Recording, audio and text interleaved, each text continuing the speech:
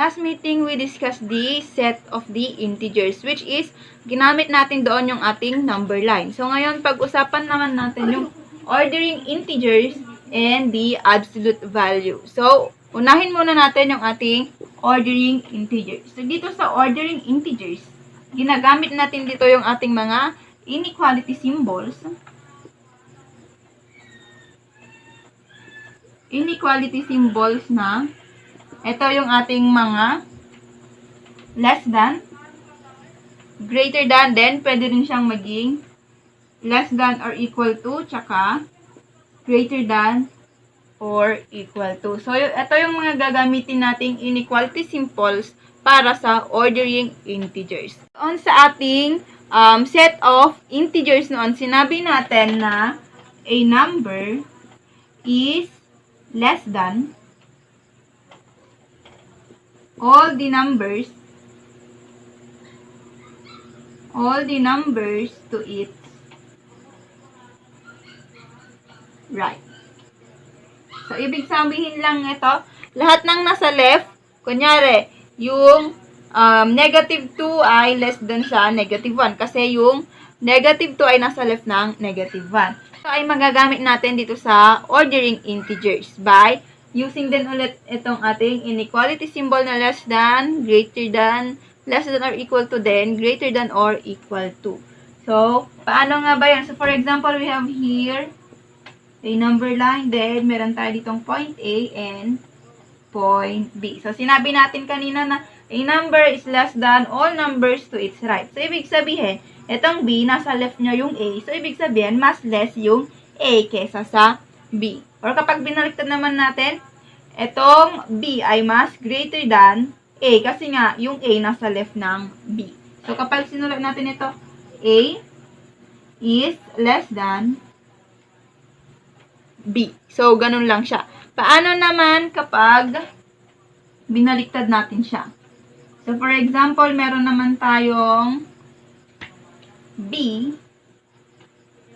and A. So, pwede nating sabihin dyan na A is greater than B. Kasi yung A ay nasa right ng B. So, ibig sabihin, mas malaki yung A kaysa sa B. Kaya magiging A is greater than B. Okay, so how about naman kapag ganito? So, we have here, meron tayong point dyan, then A and B. So, kung mapapansin nyo, parehas na nasa point yung A and B. So, ang magiging basa nito ay A is equal to B or equal silang dalawa kasi pareha silang nandun sa point na yon sa ating number line. Ginagamit naman natin yung less than or equal to tsaka greater than or equal to kapag either or less than sila kapag sa equal or less than or equal. Then, dito naman sa greater than or equal, ginagamit siya either siya ay greater than or equal. For better understanding, let's have here the number lines and we have the examples in ordering integers using the inequality symbol. So, for example, we have here, okay, negative 4, then negative 2. So, we have negative 4 and negative 2. So, kung mapapansin nyo, yung negative 4 ay nasa left ng negative. So, ibig sabihin, mas maliit yung ating negative 4 kesa sa 2. So, kapag sinulat natin yan, negative 4 is less than negative 2. So, ganun lang siya. Then, how about kapag 0 and negative 8? Okay. So, kung papansinin nyo, yung negative 8 dito ay nasa left ng 0. So, ibig sabihin, mas malaki yung 0 or mas greater than yung 0. So, yung kapag sinulat natin yan, 0 is greater than negative 8. Next pa, bigay pa tayo ng another example. For example naman, we have here 3 and 1. So, kung papansinin nyo, yung 3 ay nasa right ng 1. So, ibig sabihin, yung 3 ay mas malaki kesa sa 1. So, 3 is greater than 1. So, ganun lang siya kadali. Okay, so let's have the last example. For example naman, meron tayong 8 and 2. Okay, so paano naman kapag ganyan? Okay, so yung 8, andoon siya, yung 2 ay nandoon. So, ibig sabihin, yung 8 mas malaki sa 2 kasi nga nasa right yung 8 ng 2. So, we have 8 greater than 2. Okay, last example. So, for example, we have here negative 3 and positive 3. So, kung papansin niyo yung negative 3 nandito sa left, then yung positive 3 nasa right. So, ibig sabihin, mas maliit yung negative 3 kaysa sa positive 3. So, negative 3 is less than positive 3. Now, let's have another example, which is arrange the following numbers in ascending and descending order. So, i-arrange daw natin siya ng papataas, then papababa. Okay, so we have here first, 3, negative 4, 2, 1, and negative 3. So, i-arrange muna natin siya into ascending order. Then, dito, i-arrange natin sa into descending order. So, ascending, papataas. So, kunin muna natin dyan yung pinakamaliit para ma-arrange natin siya sa papataas.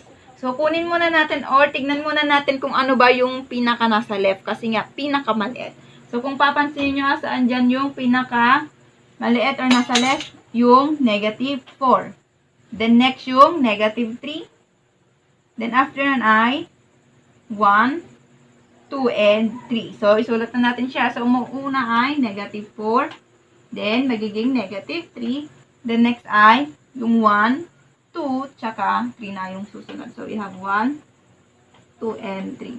So, kapag descending naman, babalik rin lang natin siya. So, we have 3, 2, 1, negative 3, and negative 4. Next, proceed tayo sa number 2. So, we have here 6, negative 3, 9, negative 12, and 2. So, kunin muna natin yung pinakamaliit para sulat natin siya ng papataas. So, ano ba dyan yung pinaka nasa left? So, kung papansin nyo, kapag kinontinue natin ito, nandito yung ating negative 12. Okay, so isulat natin dyan ng mga pinakamaliit negative 12.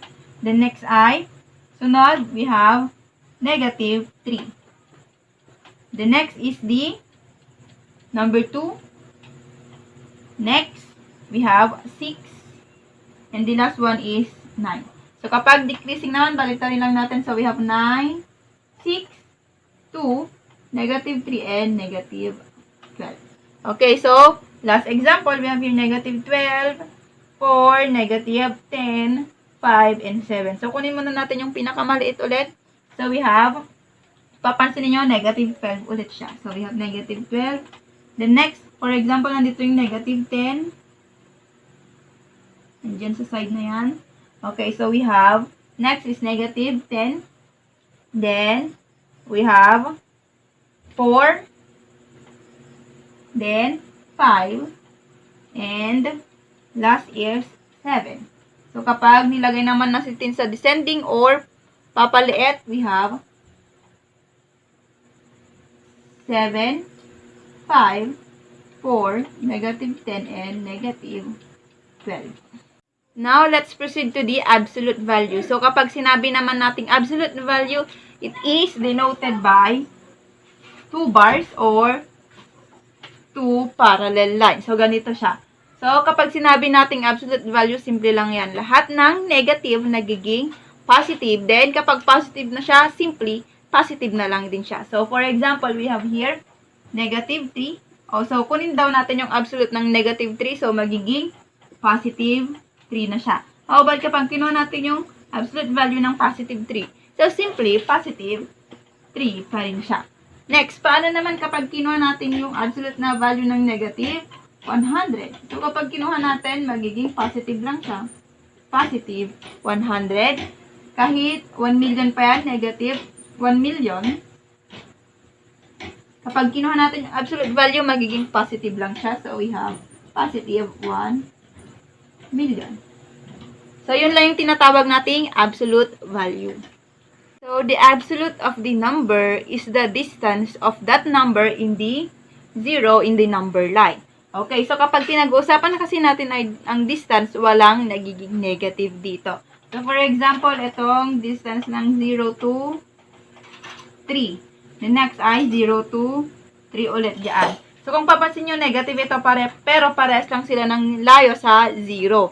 So, walang distance or hindi pwedeng maging negative yung ating distance. Okay, so magbigay tayo ng example regarding the absolute value in the number line, then using ulit ng ating inequality symbol. So, paano kapag tinanong sa inyo na yung negative 9 ay equal sa or